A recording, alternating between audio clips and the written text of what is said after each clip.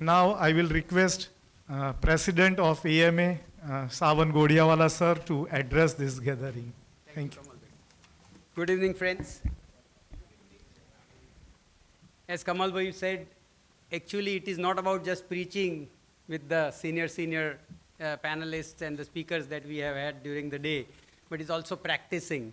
So we practice as we speak, and certainly compliments to Unmesh Bhai that HR is certainly followed in the spirit more than just the textbook or the theory that we do generally as a HR. It is not about just the policies. Policies, no choice about it, but it is about philosophy. I always say that it is more about philosophy than the policies.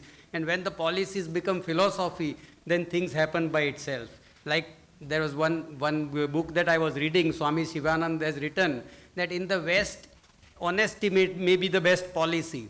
But in the East, it is in our blood, it is in our DNA, it is a philosophy. So honesty cannot be a 9 to 5 thing, right? It cannot be a policy, it is something which a person has to have it in the very heart kind of to happen.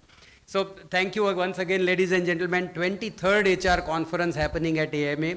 And I'm very happy to be, having a little bit of time for sharing my experiences also, that I have been a Deloitte partner many years. And I was looking after also talent at our Ahmedabad office for some many years. And I know what I mean and I think and I believe now is that HR is probably the most important role. Everybody has to be a human person, a human understanding, a person who understands how to deal with people. The people's person will only win. Whether it is in the sales, whether it is the purchases or in the administration, people like me who are into finance. But most important is people management, and if we are good at people management, as I say, things happen. You don't have to make them happen. They will happen by itself. Special thanks certainly to Mr. Venkatesh Sarvasiddhi. He, of course, is our guest. He has given us insights on several things that his topic was. Professor Stephen Meyer, special regards and thanks to him joining virtually for us and telling us that how we treat employees, our internal customers. This is we were a consulting firm, and for us, every department we were communicating that they are all our customers. If we address them, we deal with them like our customers and give that importance, that respect, then naturally there's going to be collaborative effort and the collaboration. So if we treat internal employees, this is a fabulous, I think, inputs or advice that Professor Stephen Meyer gave us today. Other channels, of course, the topic today, the future of HR, trend shaping 2025 and beyond, because the world has changed. We have still so many companies into a hybrid mode, with so many companies which are changing the skill sets of the people from the original, the normal, which now becoming a normal as a AI as a normal.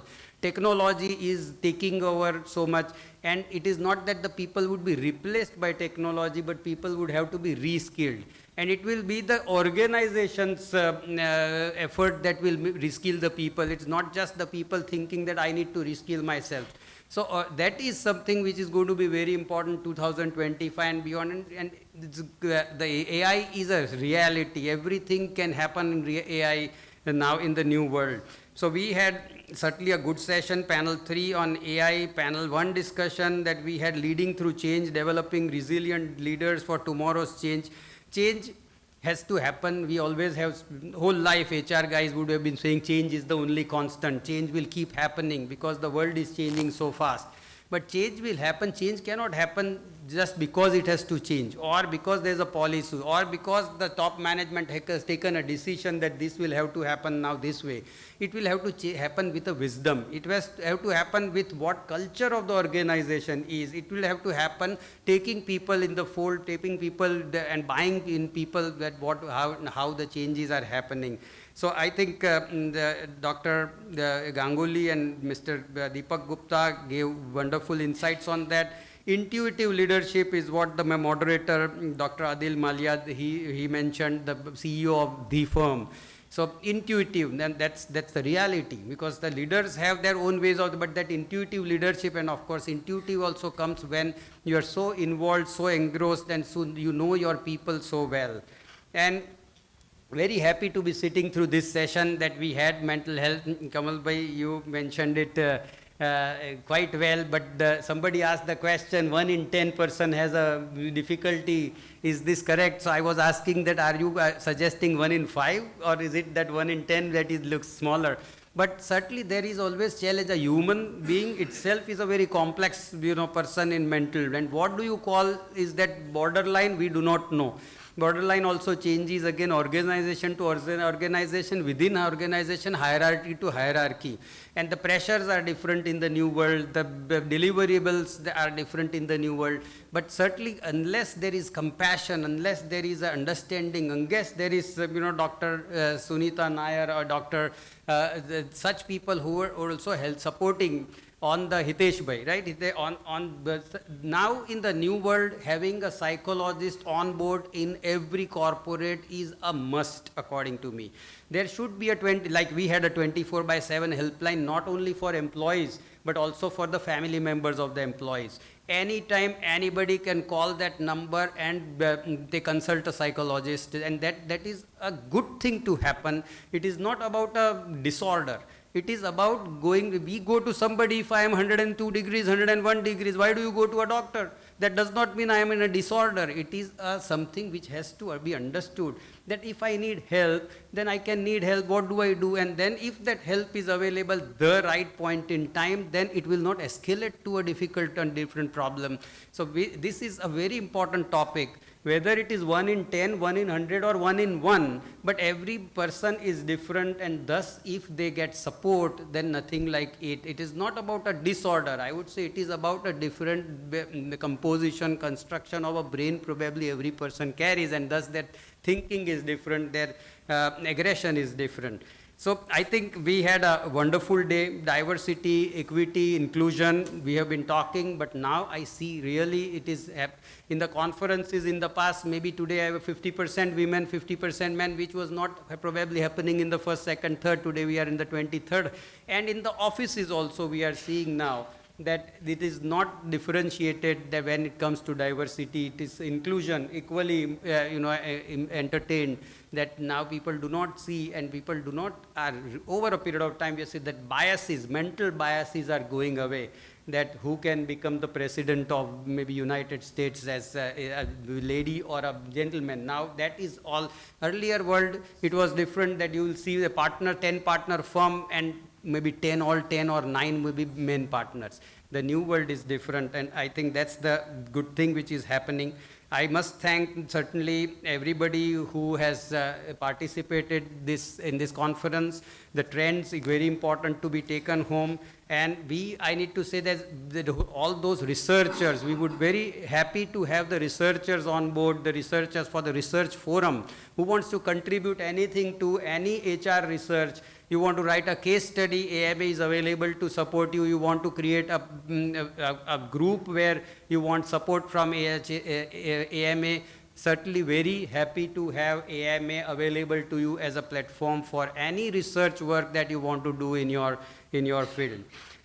Certainly I must thank HR Milestone, HR Circle, HR Gujarat Manufacturing, and all other such forums who have participated, who bring in, and I must tell them also that please, anything related to research, we have a beautiful library also at AMA, which we can offer for the researchers. And certainly many thanks to the industry professionals who have participated from the industry. A lot of things to take home for sure today in the conference, from morning to afternoon. And thanks to, of course, the coordinators, our people, Unmesh Bhai, and special thanks Kamal Bhai. Kamal Bhai has always been a big support to us. And making this, we can, of course, this is an annual conference, but HR is becoming such an important topic that if we want to do it twice a year, Unmesh Bhai, that can also be considered instead of just the annual conference. Because more than 250 participants, so, and all people who are involved, who are related to the HR, And this HR is what do you call, the category of the people who makes the world worth living, right? They will have to take home. Otherwise, everybody is only totally involved into business. In the business, if you go, the HR guys can change the way the organizations work, way the people, and then very good, I think, Kamal, you mentioned happiness index. Now, I hope the person who is writing the happiness index is happy. Right? That, oh, this is making sense to me. Otherwise, he will say, okay, happy 5 out of 7, 10 out of 9 out of 10, but he would say, oh, I was expecting 8, I am not happy. So let us have the fellows who are compiling the happiness index that they feel that, yes, we are worth achieving. It's a wonderful idea. Why not look at it? At least the top management. The biggest problem generally happens at the top management. When the happiness index or anything, when the policy happens, that everything, they consider more of the policy rather than philosophy. They do it as a tick in the checkbox rather than living that idea of making people happy in the organization. So thank you once again. Thanks for coming. We want to see you keep coming to us and AMA as often as you can. And certainly give your suggestions. Please let us know if you want to do any research, and then we will be very happy to offer AMA as a platform. Thank you once again. Thank you very much. Thank you very much, sir. So friends, what a wonderful day of learning and taking away so many takeaways. At this juncture, in personal capacity also, I thank all of you for being a very live audience, attending the full conference and making it a success. We also thank the support. This conference is supported by Spine HR Suite and Electech, Exceltech Solutions. Thank you very much. And we were able to have this, gallery or galaxy of great experienced people because of one person's effort of last 2 months. He did everything to bring all these people on this one stage. Let us thank Mr. Deepak Bhai. It was his effort, mammoth effort, to bring all these experienced people to bring on this stage. I thank you all, and I wish that we will take away so many things. We go back to our organizations, try to implement something, try to, bring some change at our workplaces. And see you all next year in the 24th HR conference. Thank you very much.